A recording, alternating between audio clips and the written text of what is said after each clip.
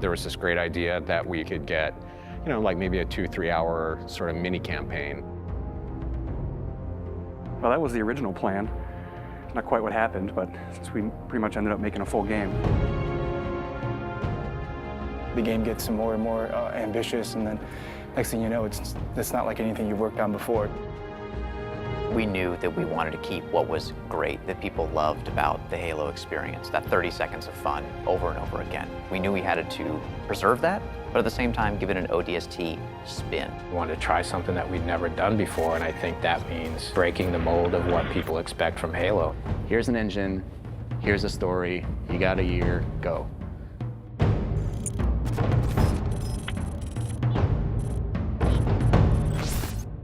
One of the great challenges that we had with ODST was, since we didn't want to be traveling all across the universe in this gigantic space opera, we wanted to really focus on one place. The hub was the single most technical thing that we've ever accomplished in the Halo engine. There was a lot of work done to try to come up with smart ways that we could build the city. It's definitely the biggest environment that we've made in any Halo game. We spent a lot of time trying to figure out how can we maximize the space without freaking out all the artists, and I think we figured out how to maximize the space really well.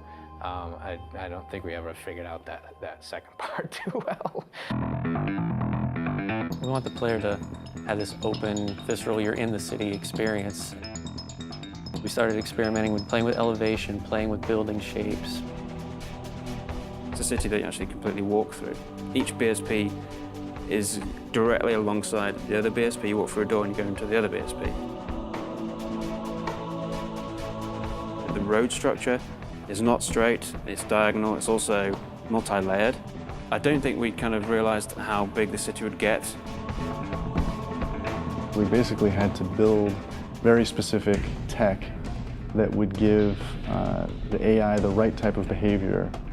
We had the technology, we called it Squad Patrol.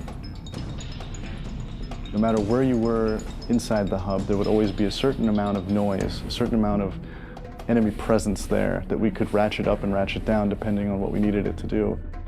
We need to have this dark, moody city without making it unplayable. I wanted to get a feeling of rain at night in an abandoned city. I would still like to score the emotions and mood that we want the player to feel when they're playing the game. We want people to explore the city. We want people to find this, this kind of hidden little sub-story. What if the phones rang? You're alone, you're in the city, you're trying to unravel a mystery. That's the feeling you have every time you're the rookie. What's fun about being an ODST? How's he different than the Master Chief? What kind of problems does he face versus the Chief? If they're not the walking tank, they really have to pick up weapons that they're going to use. There were things that we added. The silenced submachine gun and the silenced pistol are absolutely the best tools for the job. Something the ODSTs have that Spartans actually don't. Silenced weapons at night, they feel cool, they look awesome, they're really sweet to use. In real life, silenced weapons don't have a whole lot of sound.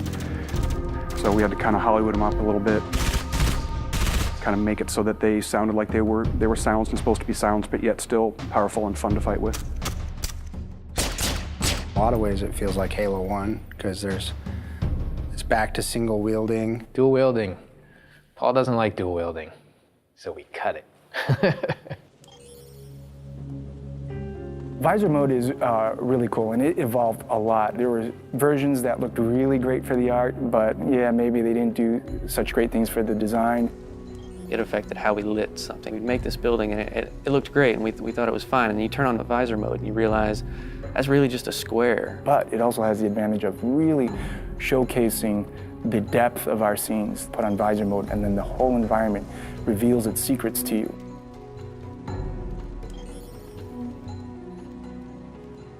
You know what sucks about big cities? You can get lost really quick. And that's where we came up with ideas for the Visor database, where you have a great map of the city that not only shows you where you are, but allows you to choose where you want to go. If you don't have that tool to help you navigate the city. You're never gonna find the high action flashback scenes, which we were banking on to be the core fun of the game. It's a very simple idea. It was an amazing struggle to get there. When you combine those things that we took away with things that we added, such as the visor, even though you might feel a bit more vulnerable, you have the right tools for the job. The hardest part moving from Halo 3 to ODST was just the difference in the play styles of the characters. If you look at the Master Chief in the course of the Halo games, he became ridiculously powerful over time. And ODST feels very different because when you start taking fire, you can't just continually keep kicking ass. You have to actually look for cover because you don't have a motion tracker like the Chief. Bringing back the health was something that was born out of a discussion about how can we add long-term level of tension to the game. For us, health is important in the ODST's world because it reminds you that you're vulnerable.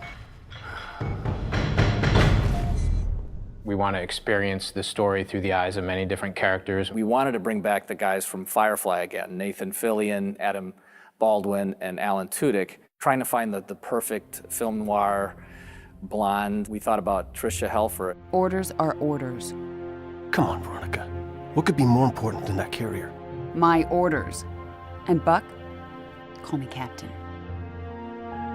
I'll pass on that dance, but you can show me where to sit. These little scenes, we wanted to have their own mystery. It was the story of one guy, one object, one high action moment. And for us, the clue objects were the key.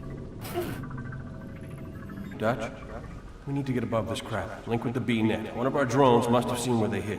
When you find a clue, you're actually going back in time and playing in the boots from another ODST's perspective. Good hunting, boys. I'm keeping my boots on the ground. You've got 5 main characters. Banshees! Each of the characters have things to say from first person. Not only ground you in the character, but also give you some really useful tactical information about the battlefield. It's coming to drop in behind us. They must know this is our rally point. Where the heck did these buggers come from? Underground tunnels are filled with the damn thing. We got ammo and weapons on the high ground. Move it, move it. Without spending a lot of effort personalizing each of those characters, then it wouldn't mean as much when you stepped into their boots. We need some help. Look out! Bam, said the lady. So I hope it's the right balance of new and old, that it doesn't come off like we've screwed the pooch on this one. But I do think they will probably walk away from this honestly wanting more.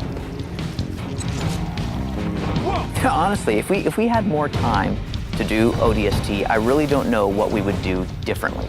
So if I got another 2 weeks, I don't know. I guess I'd play more ODST.